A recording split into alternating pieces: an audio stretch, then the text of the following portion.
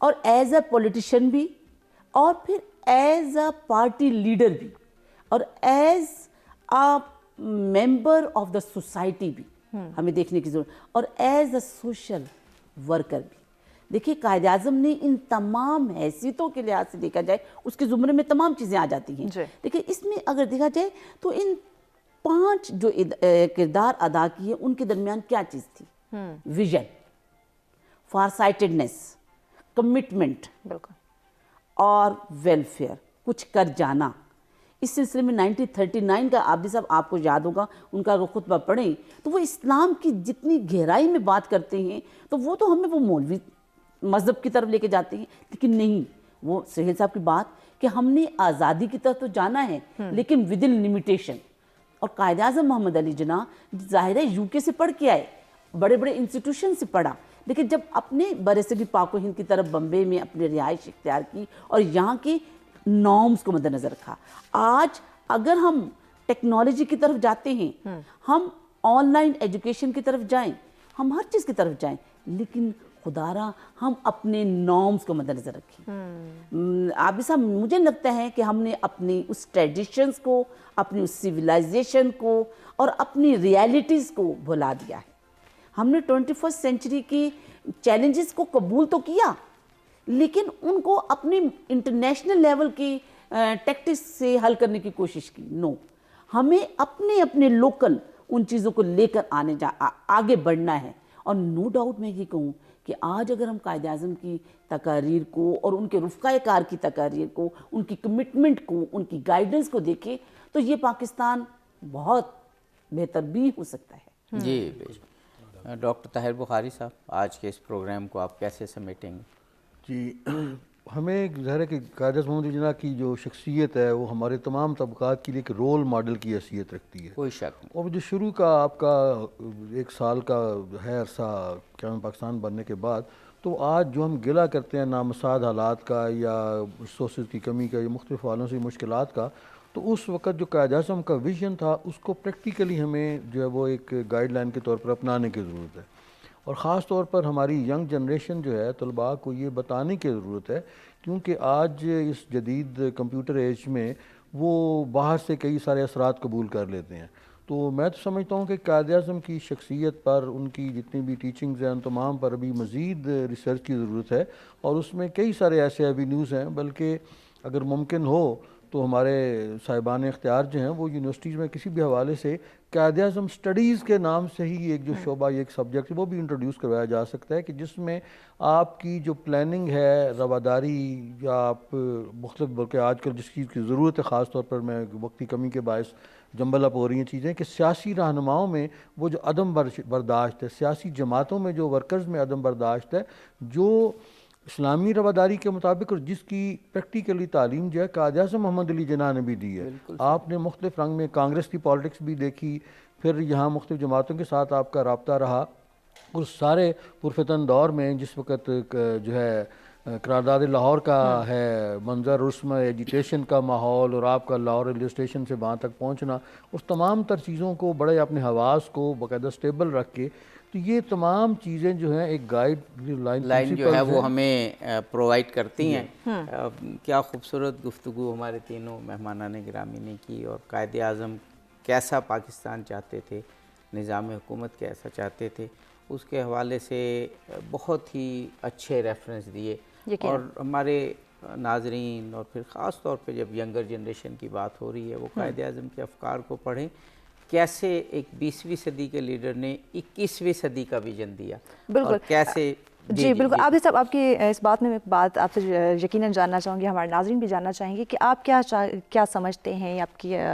جو اظہار خیالات ہے وہ بھی یقیناً ہم جاننا چاہیں گے کہ جو ہماری یونیورسٹیز ہیں اس میں قائد اعظم سے ریلیٹڈ قائد اعظم چیئر یا علامہ اقبال چیئر کا آغاز ہونا بھی چاہیے, اور کتنا ضروری ہے. بہت سی جگہ ہے بھی, اور اقبال اور قائد اعظم, اور میں اس میں سر سید کو بھی شامل کروں گا. صحیح. سر سید احمد خان, علامہ اقبال اور قائد اعظم, یہ ایک تسلسل کا نام ہے. ان کے افکار سے متعلق ہماری عوام کو, ینگ جنریشن کو ضرور بتانا چاہیے, اور کچھ اس طرح کی بکس یا اس طرح کے مقالے اور اس طرح کی, میں تو کہوں گا ڈاکومنٹریز, اور یہ پروگرام جو ہم کر رہے ہیں یہ پیش کرنے چاہیے کہ ان تینوں کے افکار ایک تاریخی تسلسل بھی ہیں، اور میں آپ کو کہوں کہ آج کی دنیا میں کامیابی کی ضمانت بھی ہوں۔ جی بالکل، آپ مہمانوں کا بھی بہت شکریہ، آپ نے آج وقت دیا، اور آج کے جو گفتگو یقیناً ہمارے نوجوان کے لیے بہت زیادہ ضروری تھی۔ دوبارہ آپ کی خدمت میں حاضر ہوں گے، چونکہ قائد اعظم سے ریلیٹڈ سچ ٹی وی کی جانب سے یہ پورے عشرے کا آغاز ہے، تو یقیناً اور بھی بہت سارے ایسے موضوعات لے کر آئیں گے جو ہمارے لیے، ہم سب کے لیے، ہماری نوجوان نسل کے لیے، ہماری سوسائٹی کے لیے بہت ہی زیادہ مفید ثابت ہوں گے۔ اسی کے ساتھ اپنے میزبان کو اجازت، اعلیٰ نگہبان۔